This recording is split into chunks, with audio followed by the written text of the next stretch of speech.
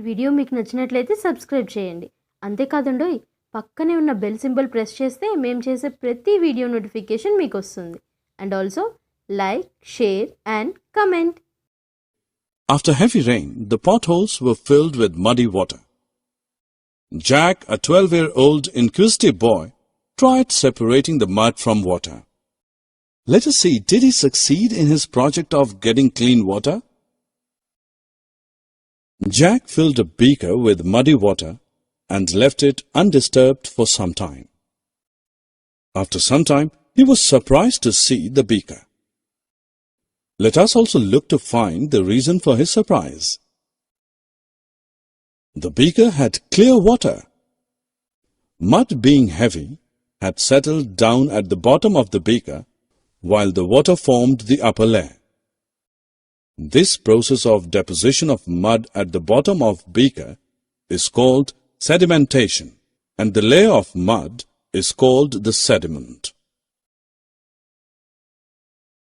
Jack separated the upper layer of water from the mixture by gently pouring the clear water into another beaker without disturbing the sediment. This process of separation of a liquid from the sediment is called decantation. Similarly, there are other separation methods too. Let us discover them in this module. Children, after preparing tea, this tea stall owner pours the mixture into the tea strainer. The tea passes through the holes of tea strainer, leaving behind the tea leaves in it. This process of separation is known as filtration.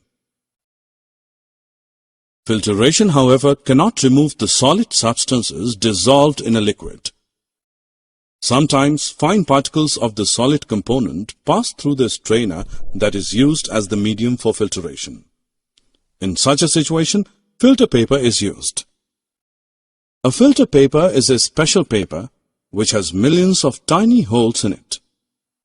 While the liquid can pass through these holes, the solid particles remain on the filter paper. The liquid which passes through the filter paper is called the filtrate. The solid particles that are left behind the filter paper are called the residue. Let us do a workout. If you are given a mixture containing water, sand and salt, how will you separate the three components from one another? You will leave the mixture undisturbed for a while to separate sand.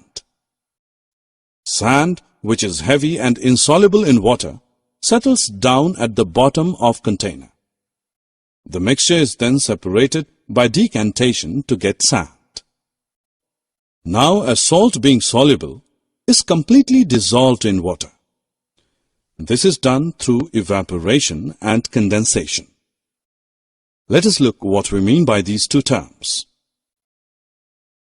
When we have a mixture of salt in water to separate, we take the solution in a kettle and cover it with a lid. Now gently heat the kettle for some time. Heating transforms water into vapor that escapes from the spout of kettle. Continue heating till all the water gets converted into vapor and only salt is left behind in the kettle.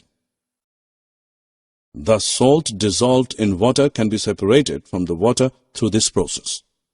This process of conversion of water into vapor by heating is called evaporation. In order to obtain the water while heating the salt water, hold a plate containing ice just above the spout of the kettle. When the steam escaping through the spout comes in contact with the plate containing ice, it condenses and forms water. This process gives us back the water. This process of conversion of water vapor into water is called condensation. Water is a universal solvent.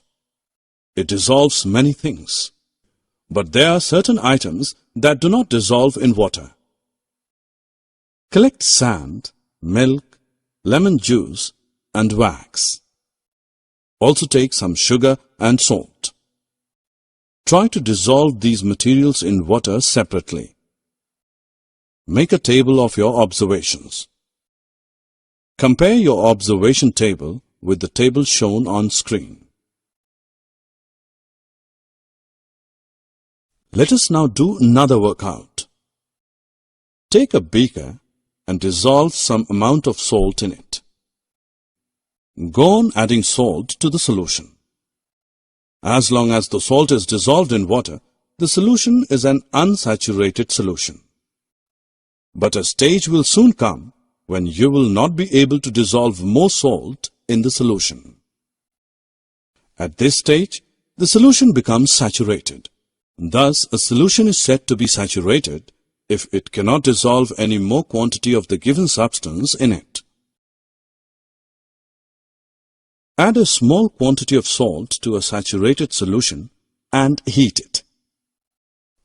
What happens to the undissolved salt at the bottom of the beaker? Yes, it starts dissolving in the solution. Let this hot solution cool. Does the salt reappear to settle at the bottom of the beaker again? Yes, it does. Students, this activity shows that you can dissolve a large quantity of salt in water by heating.